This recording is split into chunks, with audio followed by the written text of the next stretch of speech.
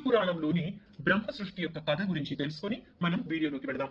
పరమాత్ముడు పంచభూతమయుడు, బ్రాహ్మణ్యుడు తానే అయి హరినారాయణుడై పాలకడలిలో శేషశైపై ఉన్నప్పుడు అతని రాజస వృత్తి సృష్టి క్రియను సాగించింది. ఒక నీటి బుడగను పోలి అండం ఒకటి ఉద్భవించింది. క్రమంగా గాఢాంధకారం నందు పెరిగింది. దానికి పైన జల, అగ్ని, వాయు, ఆకాశములు ఆవహించాయి. ఆ 4 భూతాలు ఒక్కొక్కటి 5 మార్లు కలియగా ఆ అండం మరింత పెద్దదిగా ఉబికింది. ఆ అండంలో నుంచి ఆ నారాయణుని రాజసమూర్తి అయి సృష్టికర్తగా బ్రహ్మ అనే ఒక దివ్యమూర్తి సంభవించాడు. ఆ బ్రహ్మ చరాచర సృష్టికర్తగా సాత్విక మూర్తిగా విష్ణువు పోషిస్తూ ఉండడం, తామసమూర్తి అయిన రుద్రుడిగా చరాచర ప్రళయం చేయడం జరుగుతూ ఉంటుంది. ఇలాగూ బ్రహ్మాండ ప్రళయాలు విష్ణు లీలలుగా ఎన్నో జరిగాయి. అలాంటి నారాయణుడి మహిమ ఆ చతుర్ముఖ బ్రహ్మ కూడా తెలిసి చెప్పలేడని చెప్పగా మైత్రేయుడు, ఆచార్య, నిర్గుణుండని వేదాలు చెప్తాయి, మరి ఆ నిర్గుణ మూర్తి సృష్టి స్థిత్యంతములు కలిగించడం ఎలాగా అని అడగగా పరాశరుడు చెప్పాడు, మైత్రేయ, అదంతా ఆయనకి సహజం. అగ్నికి వేడి ఎలా వస్తుంది అంటే ఏం చెప్పేది? ఇక నారాయణ నామ నిర్వచనం చెప్తాను విను. నారం అంటే నీరు, అది నివాసముగా గలవాడు నారాయణుడు. ఆ నారాయణుడు భూత రాశికి కర్త అయి ప్రజాపతి అని చెప్పదగినవాడు. అతని పరామాయువు 100 సంవత్సరాలు. ఆ దేవుని పరామాయువైన 100 సంవత్సరాల కాలంలో మనలాంటి వారికి ఎన్నో సంవత్సరాలు తిరిగిపోతాయి. ఆ కాలక్రమం చెప్తాను విను.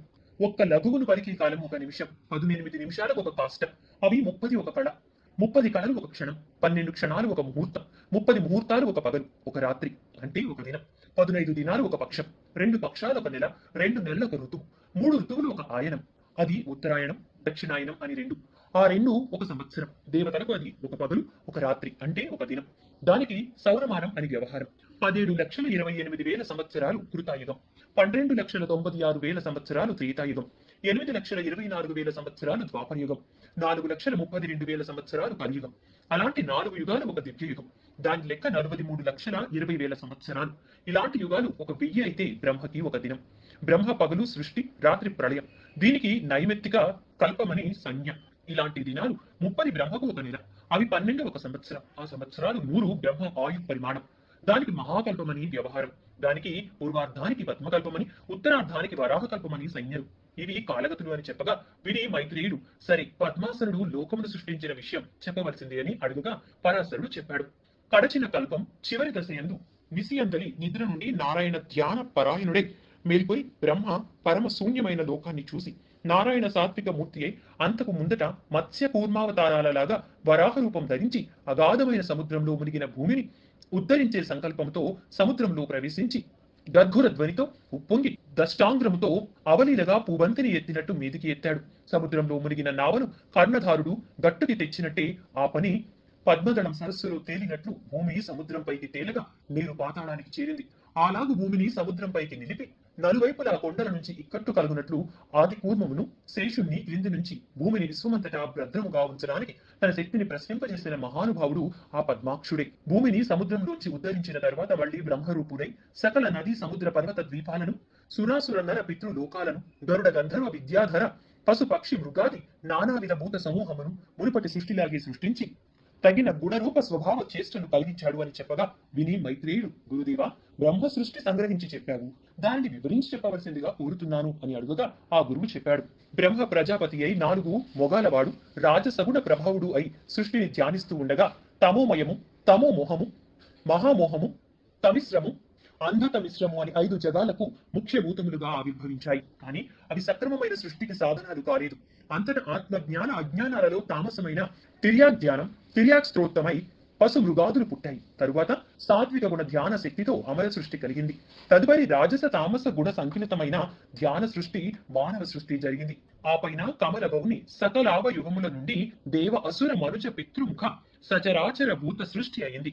తరువాత ఆయా జాతుల వారి వారి కర్మలు కారణముగా పుట్టి హింసలు, కాఠిన్య మాధ్యమములు, నిందాలు, ధర్మాధర్మాలు, సత్యాసత్యాలు, జ్ఞానాలు కలిగి ఇంద్రియ వ్యాపారాలకు తగిన నానావిధములైన రూపాలు, జాతి స్వభావ చేష్టా గుణాలు కలిగేట్టు సృష్టించాడు అని చెప్పగా విని మైత్రేయుడు అన్నాడు, సరే, మానవులు ఏ ఏ జాతులుగా బ్రహ్మ అవయువాల నుంచి ఉద్భవించారో వినాలని ఉంది అనగా పరాశరుడు చెప్పాడు. బ్రహ్మ సాత్విక గుణ రూపముగా ముఖం నుంచి బ్రాహ్మణులు, రాజస గుణ రూపాన భుజముల నుంచి క్షత్రియులు, రాజస తామస గుణ రూపాన ఉరుముల నుంచి వైశ్యులు, తామస గుణ రూపాన పాదాల నుండి శూద్రులు పుట్టారు.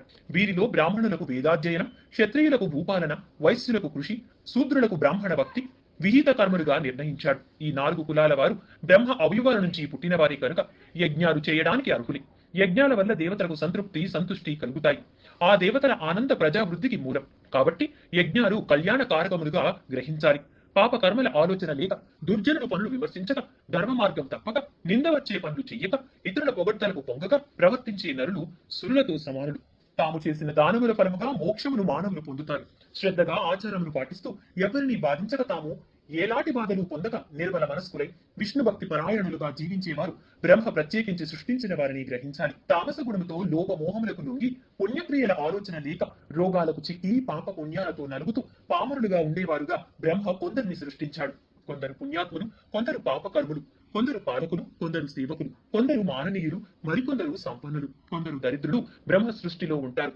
పరస్పరం ధనకాంక్షతో పోరాడే వారికి తగిన చతురంగ బలాలు, పురాలు, వాహనాలు బ్రహ్మ సృష్టి విశేషముగా తెలుసుకో. మానవుల జీవనానికి ధాన్యం, పప్పు దినుసులు, గోమహిషాలు, నివాసాలు, ఫలవృక్షాలు, తిలలు, పెసలు మొదలైన పదార్థాలు బ్రహ్మ సృష్టించినవి. ఇలా సృష్టించిన పెంపు లేక సృష్టి ఉండడం చూసి బ్రహ్మ తనతో సమానులైన ప్రజాపతులను సృష్టించి లోకమును ప్రజా సమృద్ధితో చెయ్యాలని సంకల్పించి నవ బ్రహ్మాలను మానసిక సృష్టిగా రూపొందించాడు. వారు భృగువు, పులస్త్యుడు, పులాహువు, క్రతువు, అంగిరసుడు, మరీచి, దక్షుడు, అత్రి, వశిష్ఠుడు. ఖ్యాతి, భూతి, సంభూతి, క్షమ, ప్రీతి, సన్నపి, ఊర్జ, అనసూయ, అరుంధతి అనే కన్యలను సృష్టించి ఆ నవ బ్రహ్మలకు సక్రమంగా భార్యలను చేశాడు. అలాగే సనకాది యోగులను మానవ సృష్టిగా సృష్టించాడు. వారు సంసార విముఖులై బ్రహ్మ విద్యా పారంగతులై తపశ్చర్యకి జీవితాలు అంకితం చేసి మహాత్ములయ్యారు. తర్వాత పద్మాసురునికి కనుబొమ్మలు నడుము నుంచి కామినీ సత్యుడైన మధ్యాహ్న భాస్కరుడులాగా ఫారాక్షుడైన రుద్రుడు ఉద్భవించాడు. ఆ అర్ధనారీశ్వరుడి వెంట మరి 10 మంది జన్మించారు. మొత్తం వారు ఏకాదశ రుద్రుడు. తర్వాత బ్రహ్మ ఒక పుత్రుణ్ణి పుట్టించాడు. అతని పేరు స్వయంభువ మనువు. శక్తియుక్తులకు ఆ తండ్రి లాంటివాడు. అతడు శతరూప అనే కాంతను పరిగ్రహించాడు. ఆ వధూవరులకు ప్రియవ్రతుడు, ఉత్తానపాదుడు అను 2 కొడుకులు, ప్రసూతి, ఆకుతి అని 2 కూతుళ్లు కలిగారు. దక్షుడు ప్రసూతిని, రుచికుడు ఆకుతిని చేపట్టారు. వారికి యజ్ఞుడు అనే కొడుకు కలిగాడు. అతడు దక్షిణ యందు యాముడు అనే కొడుకులు 12 పుట్టి దేవగణములయ్యారు. దక్షునకు ప్రసూతి యందు 24 కూతుళ్లు జన్మించారు. వారిలో శ్రద్ధ, లక్ష్మి, ధృతి, తుష్టి, పుష్టి, మేధ, ప్రియ, బుద్ధి, లజ్జ, వపువు, శాంతి, సిద్ధి, కీర్తి అనే 13 ధర్మవు పరిగ్రహించాడు. ఖ్యాతి, సతి, సంభూతి, స్మృతి, ప్రీతి, క్షమ, సన్నపి, అనసూయ, ఊర్జ, స్వాహ, స్పధ అనే 10 కండ్రను వరుసగా భృగువు, భవుడు, మరీచి, అంగీరసుడు, పులస్త్యుడు, పులాహుడు, క్రతువు, అత్రి, వశిష్ఠుడు, అగ్ని, పితృదేవుడు వరించారు. తదుపరి కల్పారంభ సమయమందు బ్రహ్మ అంకము నుంచి ఒకరిని పుట్టించాడు. అతని పేరు నీలాలోహితుడు. పుట్టిన వెంటనే ఆ శిశువు నాకు పేరేమి అని రోదించగా రోదనం వల్ల రుద్రుడు అని పేరు పెట్టాడు. ఆ బాలుడు అలాగే 7 మార్లు ఏడవగా వారించి భవుడు, శర్వుడు, మహేశ్వరుడు, పశుపతి, భీముడు, ఉగ్రుడు, మహాదేవుడు అని పేర్లు పెట్టి రుద్రాదిగా 8 పేర్లు వారిని చేసి యనమణులుగా విభజించాడు. వారు సూర్యుడు, జలం, పృథ్వీ, వాయువు, అగ్ని, ఆకాశం, దీక్షితుడు, చంద్రుడు అనే శరీరాలుగా ఉండేట్టు చేసి ఆ సూర్యాదులకు వరుసగా సువర్చల, ఉష, సుకేసి, శివ, స్వాహ, దిక్కు, దీక్ష, రోహిణి అనే వారికి భార్యలుగా చేశాడు. ఇక తర్వాతి కథను నెక్స్ట్ వీడియోలో తెలుసుకుందాం.